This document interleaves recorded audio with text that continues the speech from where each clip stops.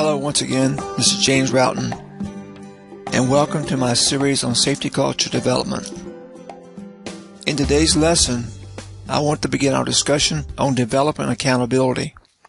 I want to start with a quote from Albert Einstein that I think sets the stage for accountability.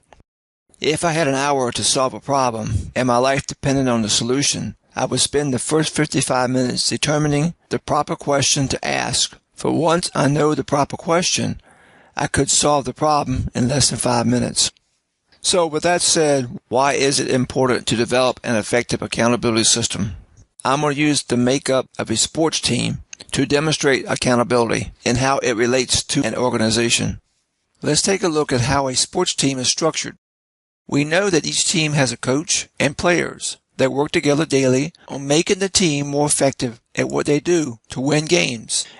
Therefore, based on this sports team concept, a clearly defined accountability system is a mechanism to ensure that everyone in the organization successfully fulfill their assigned responsibilities. For example, if a player doesn't show up for practice with no reasonable cause, they are fined or penalized. And if they perform poorly, no matter the reason, they get cut from the lineup and are not allowed to play the game.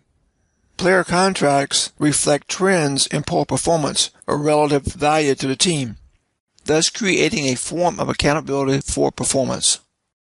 We have all heard of coaches being let go at the end of the season, sometimes even in the middle of the season, because of their performance.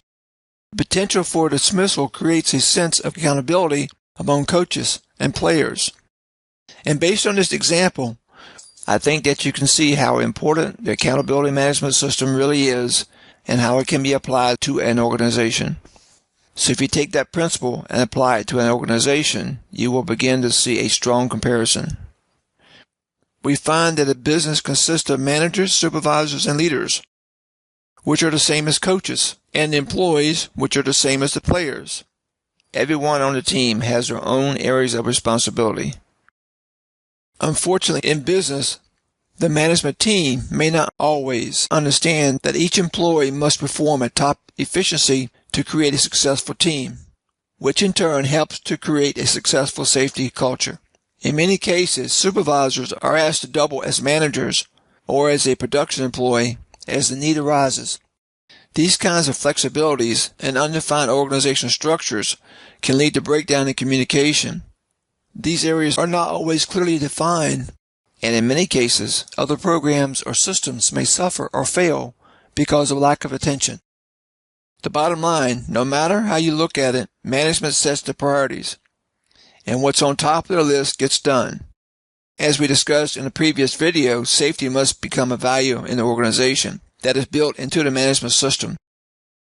As all of us know, priorities change over time, but core values, once established, will be less apt to change with pressing or overlapping priorities. This is how the culture is created and will continue to function and improve over time.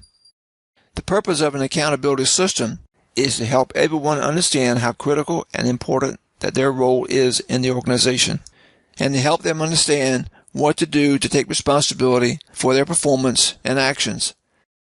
And before I conclude, this video provided you a brief overview of accountability, and the thing that we must remember is that responsibilities can become so complex that some activities are neglected because of the number of duties that must be performed on a daily basis. And we must not forget that as new responsibilities and business initiatives are created, the accountability may break down when responsibilities are assigned and the authority or resources are not provided. In the present context, accountability ensures that your safety program or system is not just a paper program, a book or manual that is developed and then sits on a bookshelf collecting dust with no real purpose in achieving its objectives. In our next video, we will continue our discussion on accountability and discuss briefly how to establish clear goals and assign responsibilities. Thank you for listening to this video. I wish you continued success in developing your safety culture.